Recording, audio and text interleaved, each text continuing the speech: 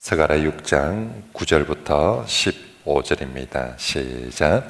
여호와의 말씀이 내게 임하여 이르시되 사로잡힌 자 가운데 바벨론에서부터 돌아온 헬데와 도비야와 여다야와 스바냐의 아들 요사의 집에 들어갔나니 너는 이날에 그 집에 들어가서 그들에게서 받되 은과 금을 받아 멜류관을 만들어 여호사닥의 아들 대제사장 여호수아의 머리에 씌우고 말하여 이르기를 만군의 여호와께서 이같이 말씀하시되 보라, 싹이라 이름하는 사람이 자기 곳에서 돋아나서 여호와의 전을 건축하리라.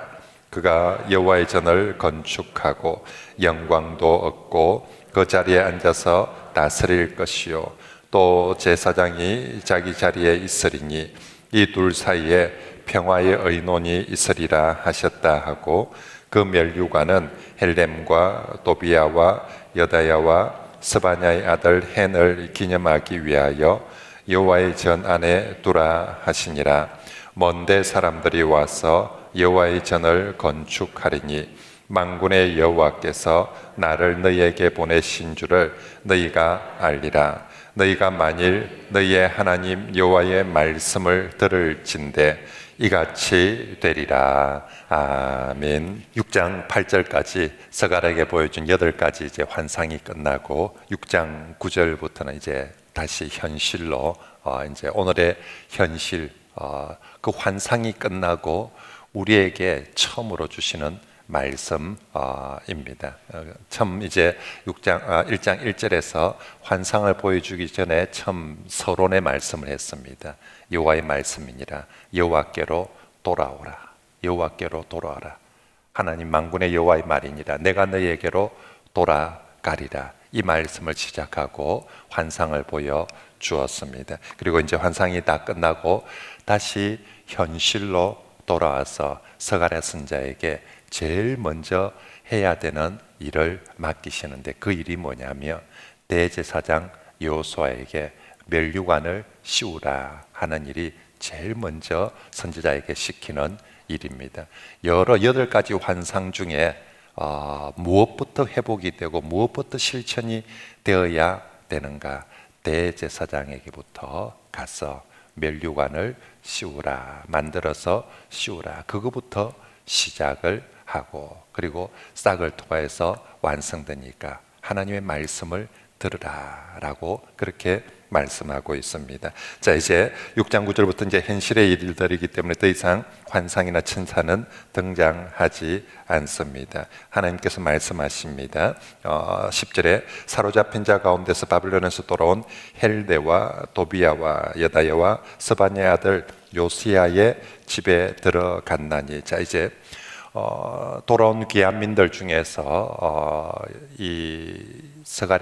여호수아의 대상 여호수아의 동료 제사장이든지 아니면 레위인들이든지 아마도 이들이 여호수아와 가장 가까이 있는 그런 동력자들이 한 집에 모여 있습니다. 너는 그 집에 들어가서 그들에게서 은과 금을 받아 멸류관을 만들라라고 그렇게 말씀을 하고 있습니다. 그들에게서 귀한민들에게서 은과 금을 다 받으라고.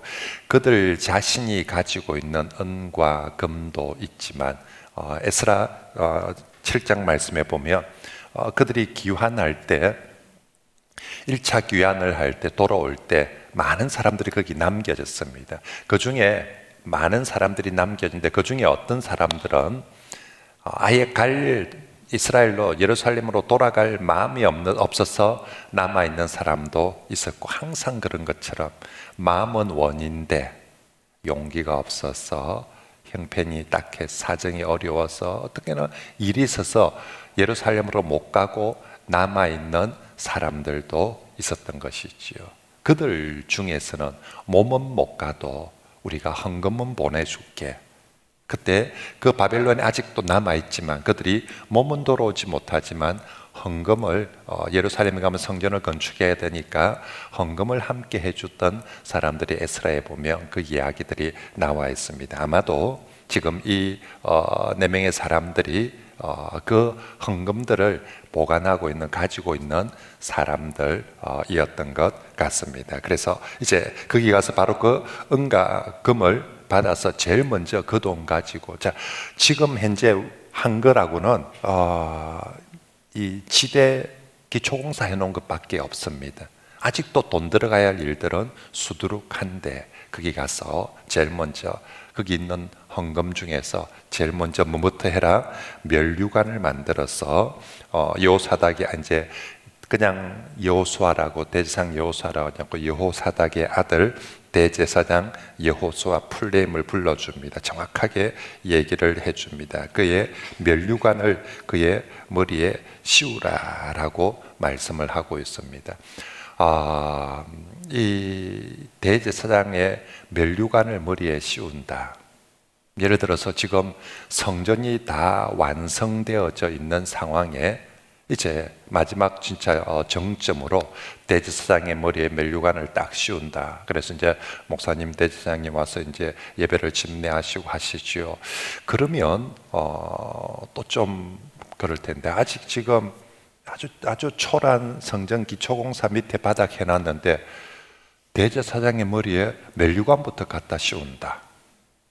그 당시에 지금 이 백성들의 삶은 너무 사실은 지금 현재 어렵고 초라한 형편인데, 대제사장만 면류관 떡 서고 공사 현장에 나타났다. 지금 뭐 예배당이 다 완성돼가지고 그렇게 하는 것도 아닌데 대제사장 혼자 면류관을 떡 서고 공사 현장에 나타났다 하고 있다. 어떻게 보면 뭔가 참 생뚱맞습니다. 그리고 또 아마 재정부 입장에서 볼 때 아직도 성전 건축에 돈 들어갈 일 많은데 제사장 면류관 만드는 일부터, 그거부터 우선순위가 그거부터 해야 되는 겁니까 싶을 만큼, 그것까지 일단 다른 공사부터 좀 더 하는 게 더 중요한 거 아니겠습니까? 싶기도 합니다. 제가 대제사장이라고 하면 이 시국에 내가 머리에 이 면류관을 쓰고 다닌다. 게다가 여기 이 면류관은 보통 그 전에 대제사장은 그 금띠를 둘렀죠. 면류관이 아니라 이렇게 여호와께 성결이라고 써진 띠를 이렇게 이제 둘렀었거든요. 근데 이번에는 그 여호와께 성결이라는 그런 띠가 아니라 아예 그냥 면류관, 일반 왕이 쓰는 같은 면류관 모양을 만들어 가지고 씌우라라고 그렇게 말씀을 하고 있습니다.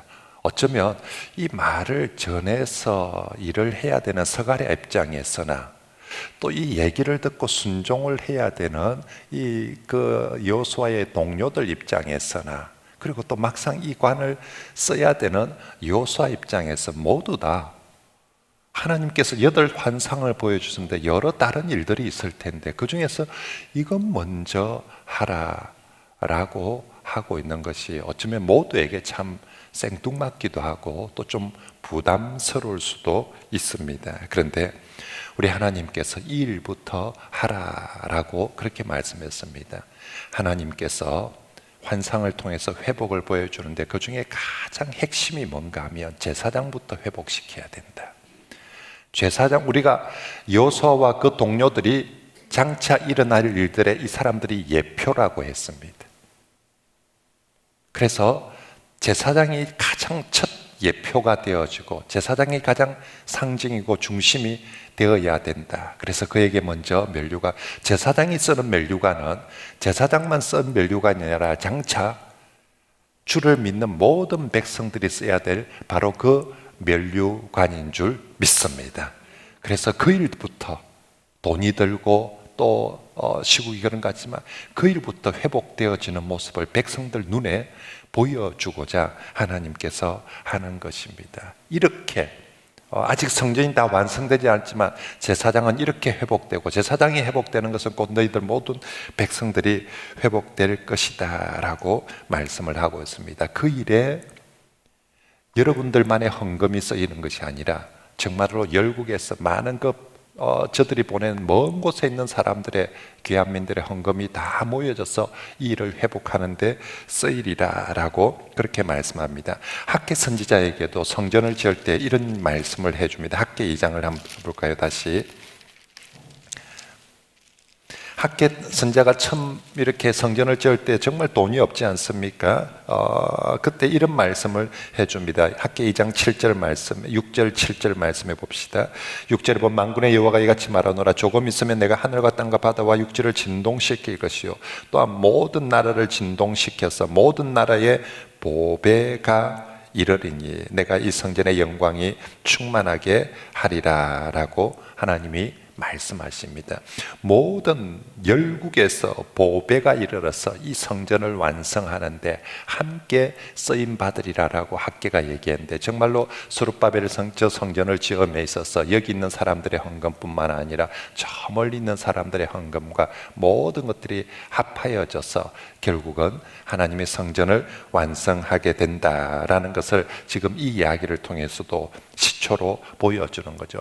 사도 바울은 이 말씀을 너무너무 기억하고 있었습니다. 그래서 바울이 전도를 하면서 선교를 하면서 이방 교회들을 향해서 계속 정말 강조했던 것 중에 하나가 예루살렘 교회를 위해서 우리 함께 헌금합시다 라고 강조를 합니다. 예루살렘 교회를 위해서 구제헌금을 함께, 그래서 이방의 여러 교회들을 구제헌금을 해서 마지막 그가 예루살렘으로 돌아갈 때 그 헌금과 각 교회의 대표자들을 다 데리고 예루살렘으로 돌아갑니다. 바로 이 학개서에서 했던 말씀, 서갈에서 했던 이 말씀이 성취되어지는 그 현재, 그게 자신이 이렇게 해서 정말 열방의 사람들이 돌아올 뿐만 아니라 열방의 사람들의 그 헌금이 함께 모여서 예루살렘의 하나님 앞에 드려지는 이것이 구약의 선자들이 예언했던 바로 그 예언이다라는 그런 감격을 가지고 많은 사도 바울이 전도하면서 이 헌금 때문에 오해를 많이, 특히 고린도 교회가 이 헌금 때문에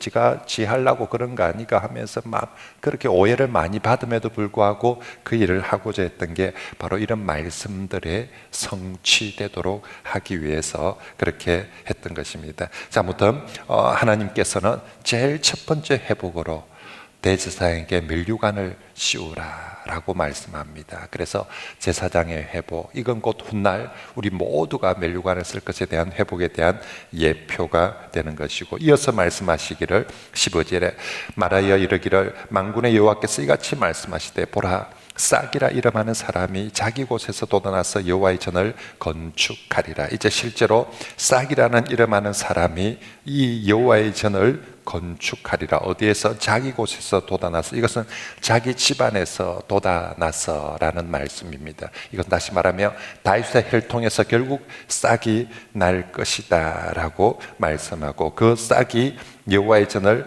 건축하고 영광도 얻고 그 자리에 앉아서 다스릴 것이다 라고 말씀합니다. 제사장이 자기 자리에 서리니 이 둘 사이에 평화의 언원이 있으리라. 이 싹과 제사장이 함께 평화의 언원을 하면서 이 성전도 짓고 이 나라를 이끌어 갈 것이다 라고 말씀을 합니다. 여기 싹은 1차적으로 지금 대제사장 면류관을 쓴 대제사장 여호수아와 참고로 면류관을 이 스룹바벨 총독한테 씌우지는 않습니다. 그러면 반역이 되어버립니다. 그죠? 저 페르시아 왕이 볼 때, 페르시아 왕이 볼 때 총독한테 면류관을 씌우, 이거 왕이 써야 되는 건데, 그래서 대제사장이 씌우고, 스룹바벨, 여기 말하는 싹은 아마도 1차적으로는 스룹바벨을, 그래서 대제사장 여호수아와 스룹바벨이 함께 평화의 언원을 하며 성전을 짓고 다스릴 그것들을 보여줍니다. 그리고 장차는 우리가 네 번째 환상에 보았던 그 싹이라 하는 메시아를 예표하면서 보여줍니다. 참고로 여러분, 스룹바벨이라는 이름 자체가 바벨론의 싹이라는 이름입니다. 스룹바벨, 그죠? 수룹이 싹이라는 뜻이거든요. 바벨론 언어로. 그래서 바벨론에서 태어난 싹이 바로 스룹바벨입니다. 이 예언에 의해서 보면 참 좋은 이름인데, 또 사실은 이 정통 유대인들의 입장에서 보면 다윗의 혈통인 후손이 대제사장 여호수아도 더러운 옷을 입었다, 불에 거슬린 나무다라는 표현을 왜 씁니까? 저는 이방에서 태어난 사람입니다. 저런 사람이 무슨 자격이 있습니까? 이방에서 태어나가지고 이방 속에서 더러운 땅에서, 그건 스룹바벨이라는 이름도 마찬가지입니다. 바벨론에서 태어난 바벨론의 싹입니다. 유다 혈통을 가진, 다윗의 혈통을 가진 우리의 왕 총독으로 오는 사람이 유대인들 입장에서 볼 때 이름 자체가 조금 틀리다 싶은데 오늘 선지자는 말합니다. 바로 그 싹. 그래서 정말 어쩌면 스룹바벨에게 이름 자체도 참 어디 가서 명함 내밀면서 이게 뭐 예를 들어서 베들레헴의 싹이다, 아니면 정말 예루살렘의 싹이다, 이런 이름을 가지고 명함을 내밀면 참 그럴 텐데 참 신기하게도 여러분, 모세도 그랬습니다. 모세, 우리가 듣기에는 모세나 여호수아나 뭐 다 그냥 뭐 이렇게 그냥 한글로 들어있던데, 모세는 애굽 이름입니다. 이스라엘 백성들 전부 다 이게 히브리 이름을 쓰고 있는데, 지도자인 모세는 출생부터 거기 그 왕궁에서 자라니까 애초부터 애굽식의 이름을 가진 사람이에요. 사실 참 사람들이 모세를 비난하는 여러 비난 중에 하나일 수 있습니다. 우리로 치면 우리 지도자인데 일본식의 이름을 가진 사람인 것이지요. 일본식 이름을 가진 사람, 우리 지도자로 서 있으니까 뒤에서 구시렁거리려면 얼마든지 많이 구시렁거릴 수 있는 상황입니다. 스룹바벨도 사실은 참 그런 아픔이 있는데 오늘 선지자를 통해서 말씀해 줍니다. 그 싹이라고. 그래서 결국 여호수아에게는 면류관을 씌워주면서 이렇게 회복되고 제사장으로서 서도록 하고, 스룹바벨에게는 이 말씀을 주셔서 정말로 그가 하나님의 지도자로서 그렇게 종으로서 사역하고, 그래서 그가 여호와의 전을 건축할 것이라는 것을 두 번이나 반복해서 12절과 13절에 말씀을 합니다. 그리고 영광도 없고 그 자리에 앉아서 다스릴 것이다 라고 말씀을 하고, 평화의 언원이 있을 것이다 라고 말씀합니다. 그리고 14절에 그 면류관은 이제 나중에 그 면류관은 성전이 다 완공되고 나면 헬렘과 도비아와 여다야와 스바냐의 아들 헨을 기념하기 위하여 여호와의 전 안에 두라고 말씀을 하십니다. 지금은 아직 완공이 안 돼 있는데 나중에 다 완공되면 이들의 헌금, 이들의 수고를 꼭 기념하고 기억하도록, 대제사장 여호수아뿐만 아니라 이들과 함께 했던 귀한 동력자들의 수고를, 그들의 헌금을 꼭 기억하도록 여호와의 전에 이것을 두라라고 그렇게 말합니다. 거기 14절에 보면 스바냐의 아들 헨은 10절에는 거기에 보면 요시아라고 이름이 되어져 있는데 14절에는 헨이라고, 아마 그 시절에 늘 이 두 가지 이름들을 쓰고 있어서 그런 것 같습니다. 마지막으로 15절에 먼데 사람들이 와서 여호와의 전을 건축하리니라고, 결국은 많은 사람들이 여호수아와 스룹바벨과 그리고 싹과 먼데 있는 사람들, 여기에 먼데 있는 사람들은 어쩌면 이방인들도 다 포함이 될 수 있을 것입니다. 유대인들만 돌아오는 것이 아니라 이방인들도 다 와서 정말 함께, 그래서 만민의 전이 성전이 되어져 갈 것입니다. 자, 이렇게 이제 결국 마지막 결론의 말씀은 이렇게 성전은 완공되어질 것이니까, 그러면서 마지막 결론을 뭐라고 말씀하시느냐 하며, 먼데 있는 사람들이 와서 여호와의 전을 건축하니 만군의 여호와께서 나를 너희에게 보내신 줄을 너희가 알리라. 너희가 만일 너희의 하나님 여호와의 말씀을 들을진대 이같이 되리라. 너희가 여호와의 말씀을 들을진대 너희들이 본 이 8가지 환상, 이 모든 일들이 다 이루어지리라 라고 말씀합니다. 우리 성경에는 너희의 말씀, 여호와의 말씀을 들을진대라고 그냥 똑같이 되어 있는데, 히브리어 원어에 보면 이 들을진대에 강조가 되어져 있습니다.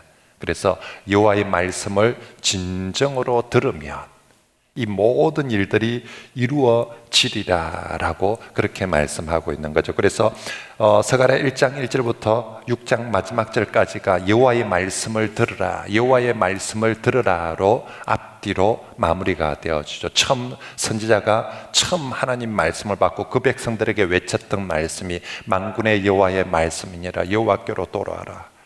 너희가 내가 하나님께로 돌아가리라. 만군의 여호와의 말씀이냐를 3번이나 외치고 너희 조상들이 실패가 무엇이냐? 여호와의 말씀을 듣지 않았기 때문에, 너희 조상들이 옛적 선지자들에게 주신 그 말씀을 듣지 않았기 때문에 실패했다. 이제 다시 회복되어지려면 지금 오늘 너희가 해야 될 것은 바로 이 여호와의 말씀, 여호와께로 돌아오는 말씀을 들을지어다 라고 말씀하고 있습니다. 그렇습니다. 성도 여러분, 정말로 이 8가지 환상을 보여준 궁극적인 목적은 어쩌면 백성들로 하여금 다시금 하나님 말씀을 듣는 백성으로 만들기 위해서, 그 말씀에 순종해서 저 성전 건축의 현장으로 돌아가는 것, 그것이 여호와께로 그 시대의 사람들에게는 1차적으로 돌아가는 것이었습니다. 여호와의 말씀을 듣는 자들에게 이 8가지 환상이 이루어지게 될 줄 믿습니다. 그러므로 오늘 지금 현실은 너무너무 힘들지만 오늘 말씀을 듣고 순종하는 것이 내일의 희망이 되는 줄 믿습니다. 그리고 구체적으로 그러면 구체적으로 우리가 무슨 말씀을 어떻게 들어야 되겠습니까? 라고, 정말 이제는 내가 말씀을 듣겠습니다. 말씀을 들을 준비가 되었습니다. 말씀을 들으면 환상이 이루어질 것이다 하는데, 이제 우리가 들어야 될 구체적인 말씀이 무엇입니까? 그게 7장과 8장의 두 번째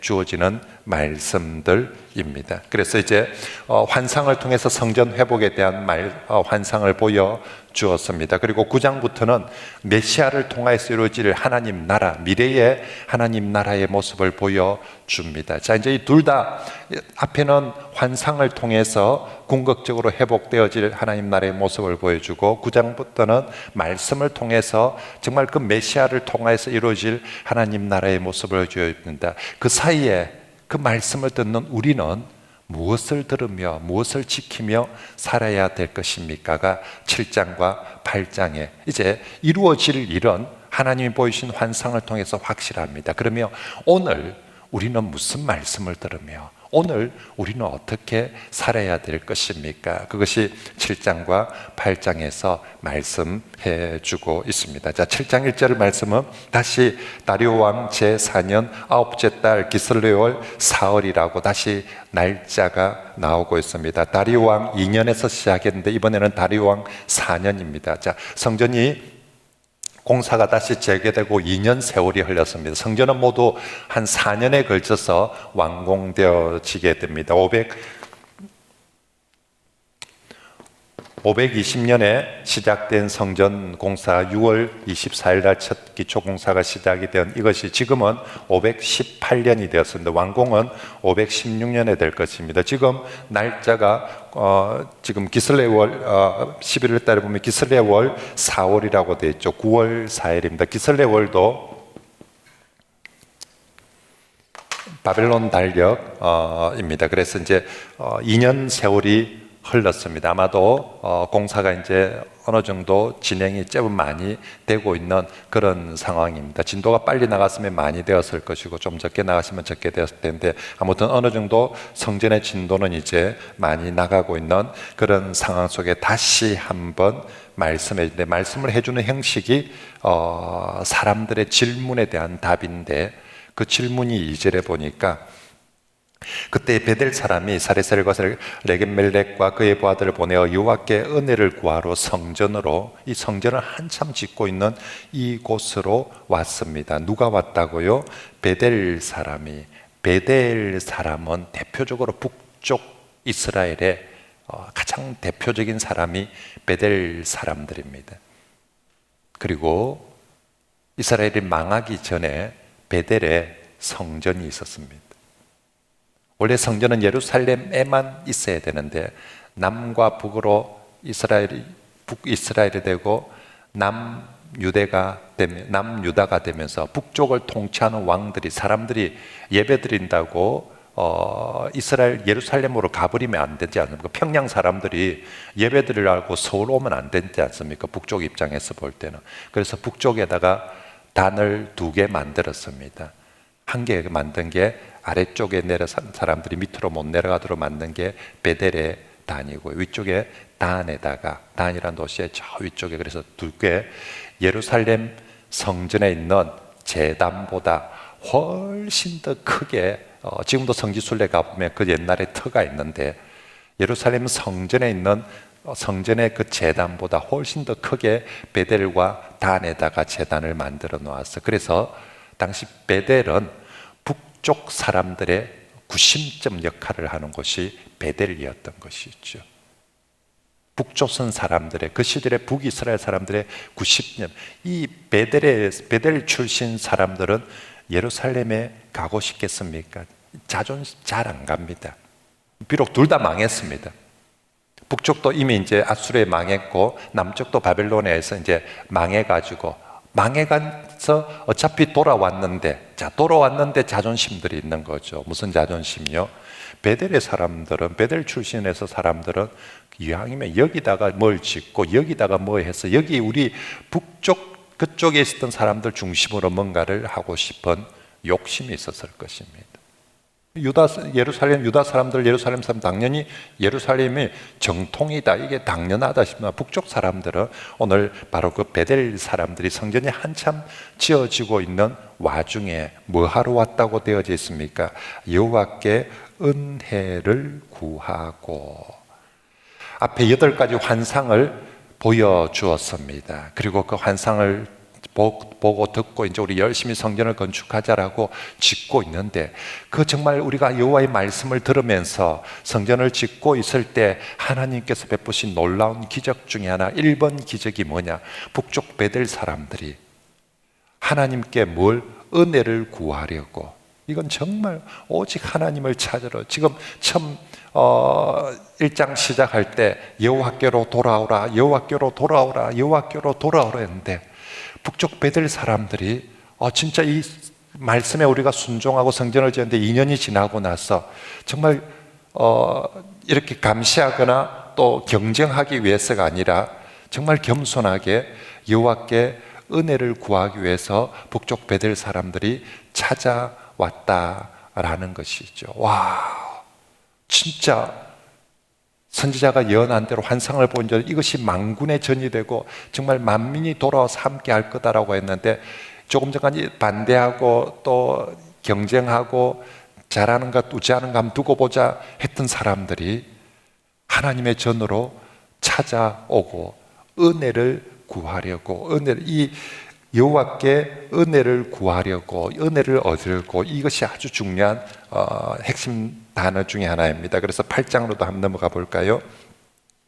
8장 22절에 보면 21절에 보면 자 이제 베델 사람들이 처음으로 돌아와서 여호와께 은혜를 구하자라고 했는데 8장 21절에 이 성읍 주민이 저 성읍에 가서 이르기를 우리가 속히 가서 만군의 여호와를 찾고 여호와께 은혜를 구하자 하며 나도 가겠노라 하겠으며 베델 사람들 뿐만 아니라 이제 흩어있던 많은 이 성읍 저 성읍 사람들이 우리 그전까지는 하나님의 전 쪼매나다고 비난하고 무시하고 저거 뭐 되게 돈도 없는데 사람은 되겠나 싶은데 진짜 한순간 하나님이 정말 이건 힘과 능으로 되는 것이 아니다. 오직 성령에 의해서 되며 사람들의 마음이 변화되고 움직이는 한 대표적인 사건이 베델 사람들이 찾아왔는데 이제 나중에는 베델 사람들뿐만 아니라 21절에 이 성읍 주민이 저 성읍에 가서 이르기를 우리가 속히 만군의 여호와를 찾고 여호와께 은혜를 구하러 가자라고 할 때 나도 갈게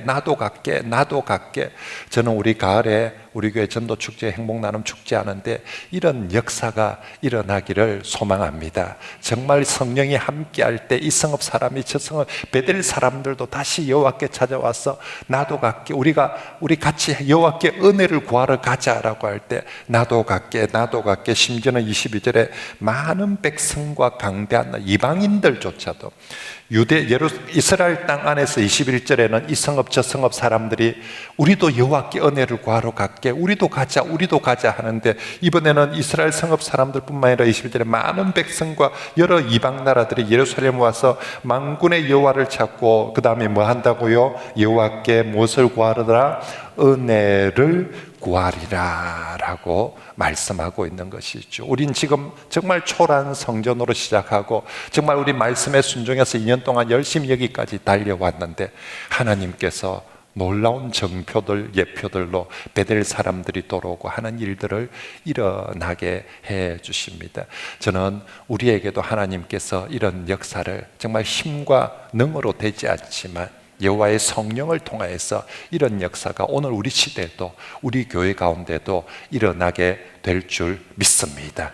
여호와의 말씀을 진정으로 들을진대 이 같은 환상들이 너희에게 이루어지리라는 말씀을 꼭 맹심하고 우리 더욱더 하나님 말씀에 순종하고 성령으로 정말 베델 사람들뿐만 아니라 이 성읍 사람들이, 저 성읍 사람들이 정말로 여호와께 무엇을 구하기 위해서 은혜를 구하기, 우리도 지금 여호와께 은혜를 구하기 위해서 나왔는데 정말로 많은 성읍의 사람들이, 열방의 사람들이 여호와께 은혜를 구하여서 우리 교회가 진짜 만민의 전, 그래서 모든 민족 교회 아닙니까? 만민의 전, 모든 민족 사람들이 와서 모든 민족을 향하여서 복음을 전하며 모든 민족의 교회로 세워지는 그런 우리 교회가 되기를 바랍니다.